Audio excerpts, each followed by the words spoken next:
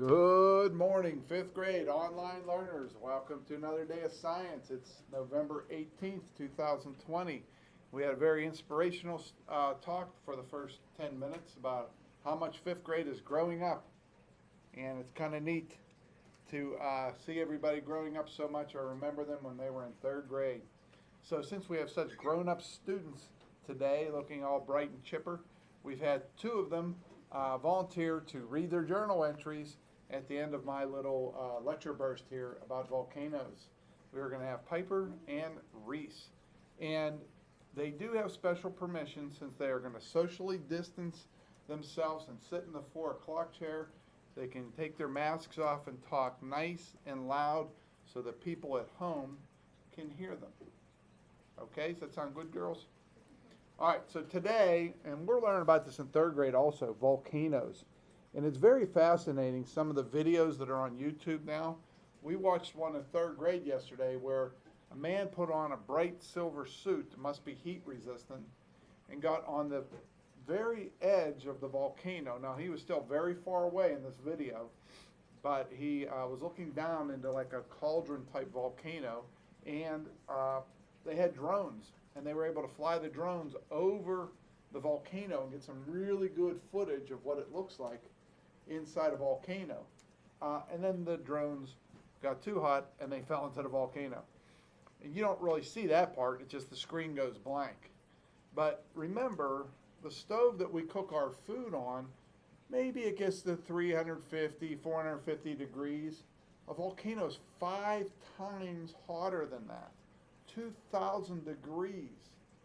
So you can't expect a drone or anything to survive being in that kind of heat. So it was fantastic footage, and if you get a chance to Google it, I believe it was on National Geographic on YouTube. Lots of videos though, guys, lots of videos, and very fascinating stuff. So today on C56, I just want to read a page of volcanoes, and then we're going to have our guest journal readers read their journals.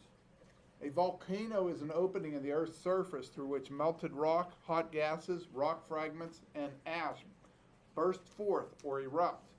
A violent eruption can release rivers of red-hot molten rock, hissing jets of poisonous gas, curling clouds of thick gray ash, and explosions of scorched rock. You can see why volcanoes are sometimes referred to as mountains of fire.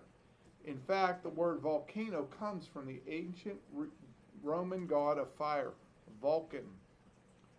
How do such mountains of fire form? Volcanoes come from Earth's hot interior. Most volcanoes start at 37 to 100 miles below the surface. At those depths, rock can become so hot it melts. Melted rock below the Earth's surface is called magma. Now, once it comes up above the surface, it's called lava. When rock melts, it releases gases. These gases mix with the magma, making it lighter than the solid rock around it. Slowly, the gas-filled magma rises toward the surface. As it rises, it melts rock around it, gradually forming a large chamber. This chamber may be only a few kilometers below the surface. Under pressure from the weight and surrounding rock, the magma is forced to find an escape. It melts or forces a channel into weak or cracked rock. Within this channel, it pushes upward. Once near the surface, gas and magma burst through a central opening or vent. The erupting material builds up, forming a volcanic mountain or volcano. After an eruption, a volcano usually collapses into a bowl-shaped mouth called a crater. At the bottom of the crater lies a central vent. Many volcanoes have repeated eruptions. In these later eruptions, some of the volcanic material in the channel may remain below the surface. It may also push up through side vents. So the lava can come out the side of the volcano also. If you ever have an opportunity, maybe you go to Hawaii and you want to visit a volcano, I'd be very careful how close you got. And it's not like you could walk up and touch that lava. You'd probably lose your hand. Okay, imagine touching a stove. You're going to get burnt. This is 5 times hotter. And I'm sure that there's lots of warning signs when you go anywhere near a volcano to just kind of keep your distance. Okay, and so it's a very amazing feat of nature. It's also very dangerous. Okay, so let's do a time check, see where we're at. We are at 5 minutes. And who would like to go first, Piper or Reese? Okay, we're going to pick Reese, and I'm going to move this over to Piper's desk. We're going to say Reese will be socially distanced at 5 feet. She may remove her mask. I'll even move back a little bit. She'll talk nice and loud and read. Is this today's journal entry or yesterday's? Today's. Okay, I present to you Reese Campbell.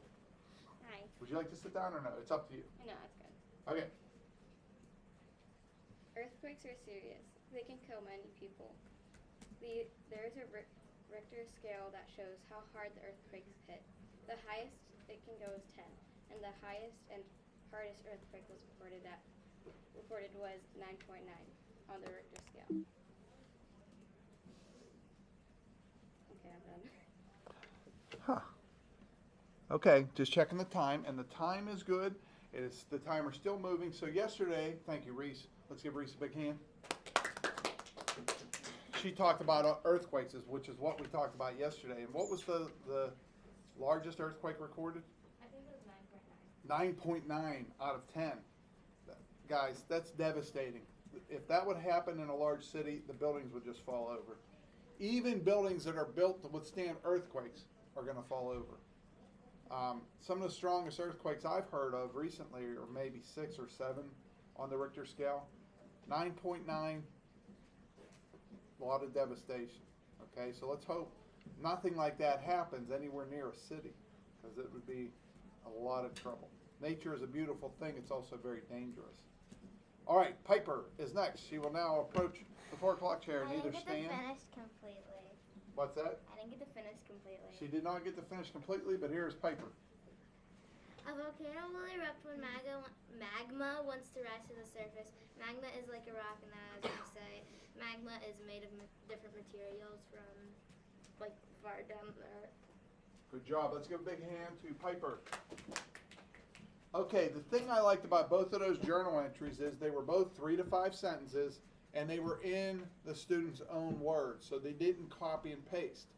Just yesterday, I had to take points off of a few people who continue to copy and paste. And what people are starting to do now is they'll just move down the page a little bit and grab a paragraph from the middle of the article and hope I don't notice. Most of the times I don't notice, but if I do notice, I have to take a point off of you.